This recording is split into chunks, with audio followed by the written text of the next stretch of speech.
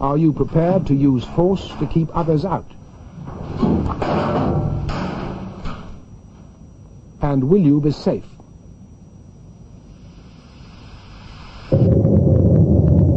Blast damage overhead leaves Joy and Eric a little shaken, but otherwise they're protected from the explosion.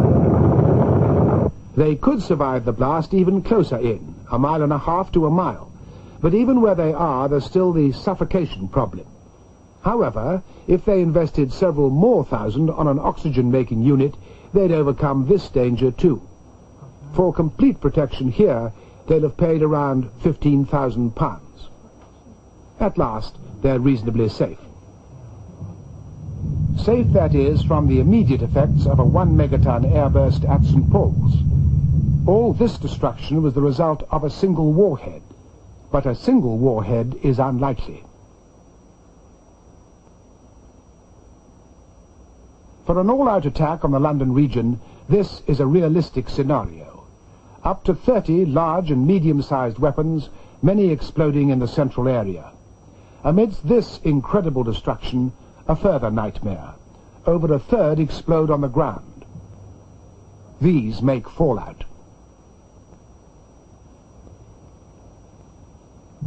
When a fireball touches the ground, many tons of earth and debris are sucked up, vaporized, and made highly radioactive.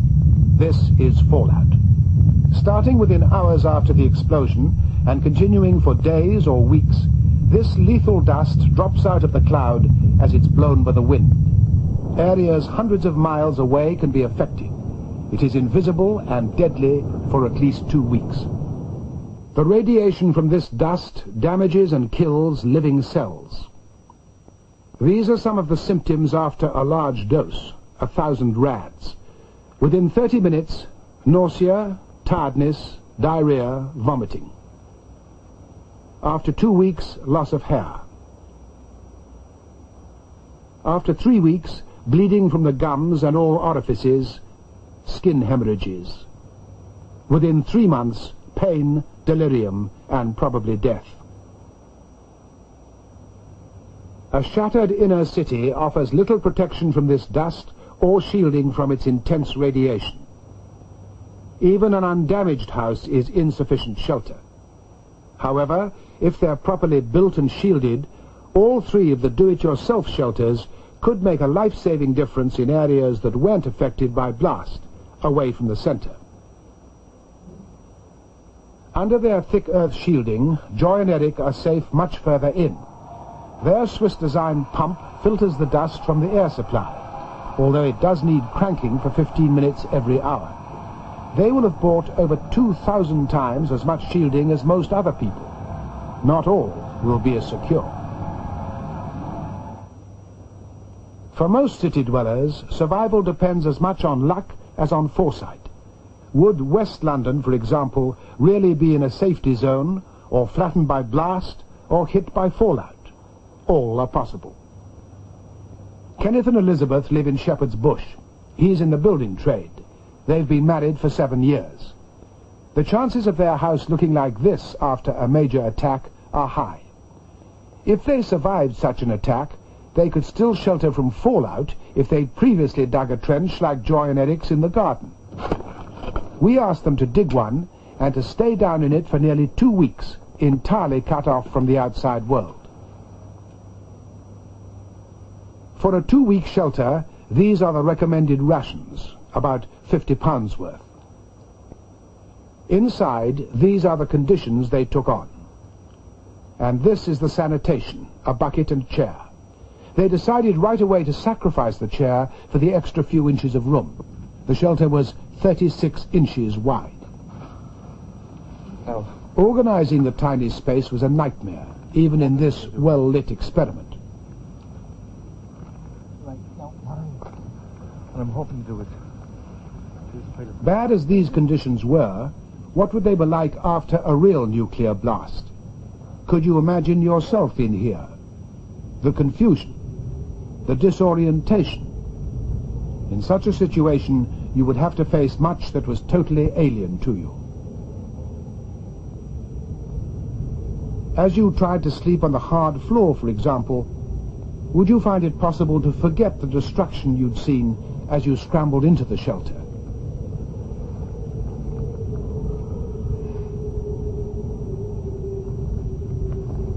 Would you have been able to find all your family in time?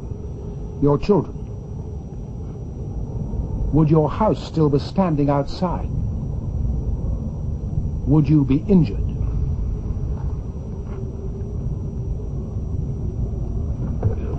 The washing facilities in the shelter are basic. In a real emergency, probably in darkness, would you know how to bathe and dress wounds?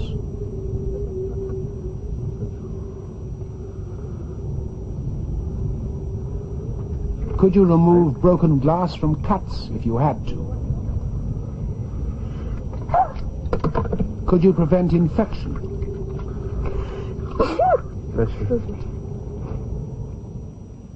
After 5 days, halfway through the trial, Kenneth described conditions in his shelter. Good morning, gentlemen. Or should I say afternoon? Hasn't been a very good night. This morning, both very tired, very little sleep, very restless. Otherwise, things are going fine. I'm slightly stiff and a slight touch of a cold, but otherwise, I'm fine. Imagine the sanitation in a real emergency. The first symptoms of radiation sickness and the symptoms of panic are almost the same. How would you cope in this confined space for 2 weeks with vomiting and diarrhea? There would be many such uncertainties. Above all, what would be outside? Even though you knew it might be radioactive and deadly, could you resist the temptation to go out and look? And when you finally did, after 2 weeks, what would you find?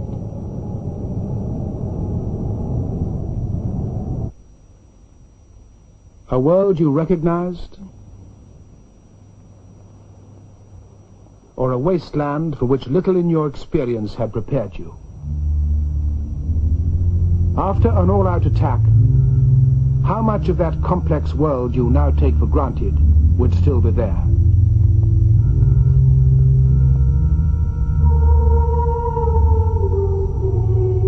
Sanitation, water supply, high technology medicine, doctors, electricity.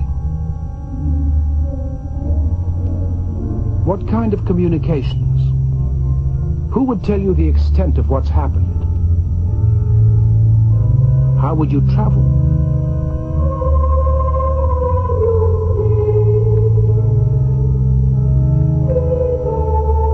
Where would you go to find food? Would the social fabric still be there? Would anything? When after 2 weeks you crawl out of your trench or your concrete bunker, it could be that your real problems will just be beginning.